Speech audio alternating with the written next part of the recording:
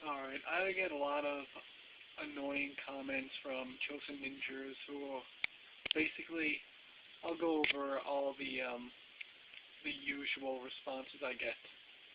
First one is, oh, it's okay that he's lying, he's a nice guy.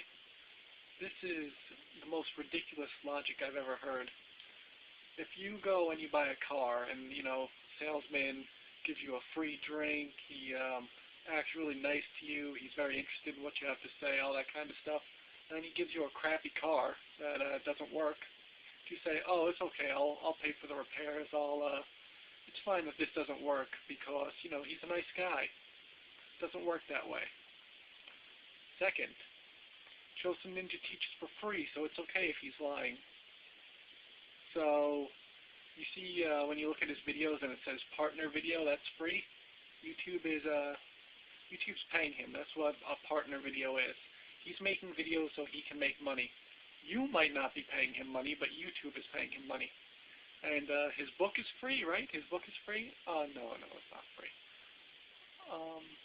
What's another one? Oh, if you think you're so much better, why don't you fight him? Legitimacy and effectiveness are two different things. Whether or not I could beat Chosen Ninja in a fight doesn't really matter to me.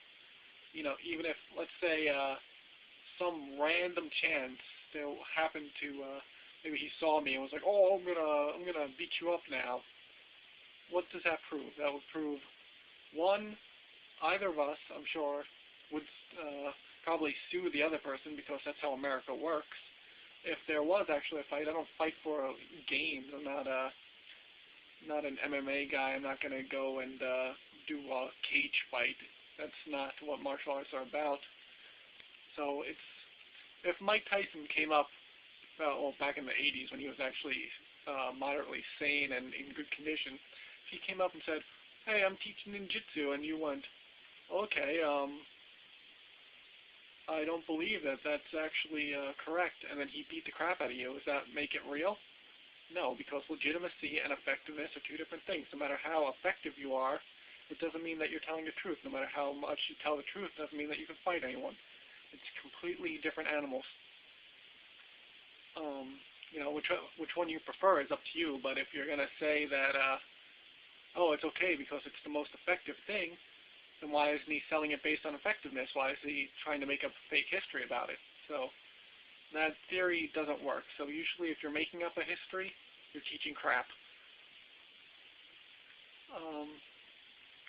Another thing is, prove that he's not telling the truth. That doesn't work. You can't prove a negative. I used this example before.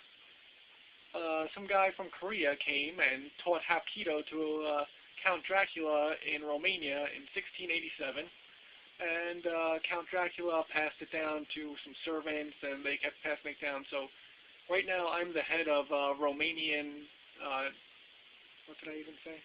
Romanian Hapkido. And you'll say, no, but Hapkido was invented by a guy who was a slave of the founder of Daitoju, Sokaku Takeda. And, well, that story itself has lots of problems, but I'll say, no, prove that it's not right.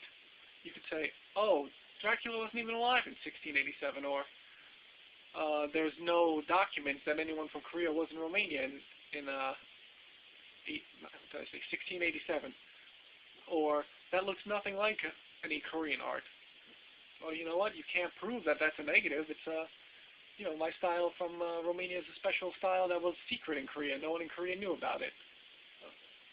You can't prove that that's wrong. It's completely a lie. I just made it up right now, but it doesn't mean that you can prove that it's a lie. It's not possible.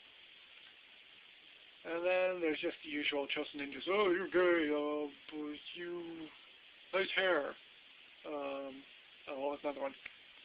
Get contacts. That was hilarious. That really proves Chosen Ninja's real because I happen to wear glasses. So seriously, if you guys want to comment about anything historical, anything that's legitimate, go ahead. But the latest ones that you're coming up with are just boring. They really don't prove anything except the fact that you're delusional and you have no actual argument other than the fact that you like the person, you probably believe in the same God as this person, so that's basically your only reason for agreeing with him. And it's just really annoying that you would go so far to make comments when you have no actual argument. It just means that you're devoted, like a cult member. That's basically what it is. You're a cult member because you're disobeying anything that agrees with logic. You have all this information that says otherwise, and you're fanatically devoted to something. So, yeah, it's completely worthless, half your comments. So if you want to come forward and you want to say something that's backed up by history, you want to say something that's backed up by science, something that actually makes sense, then go ahead. But you're really just failing with your arguments now.